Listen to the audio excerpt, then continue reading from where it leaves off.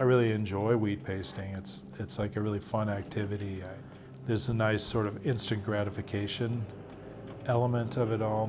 There's a lot of prep, which is sort of tedious, like getting the prints made, and, you know, picking them up from the printers, and then trimming everything out. Putting them up part is the most fun part. And there's always like different challenges to different surfaces. So I've made so many of them now, it's like thousands of them.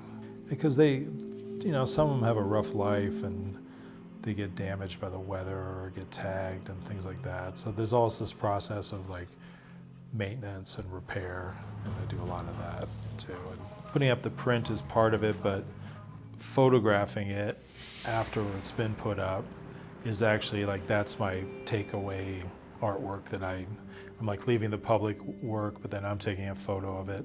And then whenever I cross its path again, I re-photograph it. I was born in Vaison-la-Romaine, which is in the south of France. And I was born there and I lived there till I was 7. And then we moved here to Evergreen, Colorado, which is up in the mountains outside of Denver. Went to school here and then instantly wanted to leave the state as soon as possible, and went to school first in New England at Hampshire College, and then in New York City at the New School, where I studied filmmaking and art. When I lived in New York was sort of the heyday of, which is the early 80s, of the graffiti, like when the whole city was covered with graffiti. Like, you all see pictures of the subway trains, of the outsides of the subway trains, but the insides were completely covered with tags and graffiti. But I was out there when Keith Haring and Basquiat and like all those guys were first blowing up. And that's when I did my first outdoor art pieces, was around that time as well. Kind of the biggest influence has been my step-grandfather's artwork. His name was Koko Bayer. He was originally Austrian and was a student and a teacher at the Bauhaus. The work that I do now, this series that I call Temporary Structures, is basically a collaboration between his work and myself. I'm taking it as a basis, but then taking that through my color sensibilities and the process of wanting to make things that work in the street. And initially, I kind of just wanted to see which pieces of his work resonated the most with people in this time. His most iconic image is the one called The Lonely Metropolitan.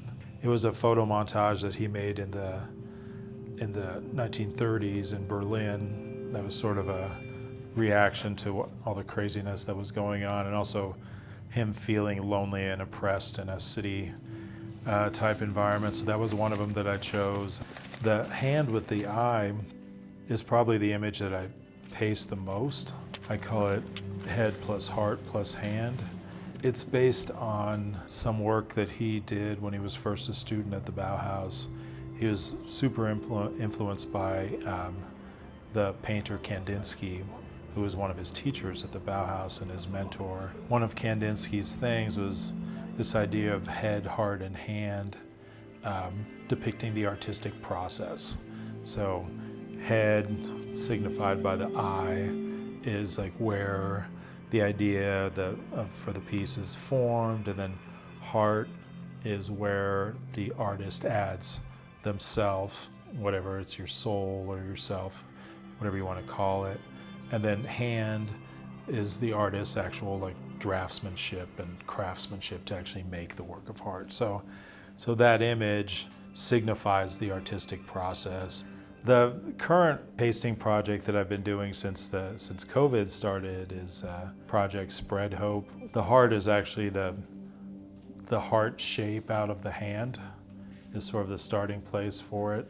And then it uses the same pink lemonade color combo that I used on the hand as well. And then the word hope, and then I have a Spanish language one too that says Esperanza. Super gratifying project. I definitely feel much more connected to his work, and I feel that I know him as an artist at least, and also through the documentary process know more about his life than I did before I started, for sure.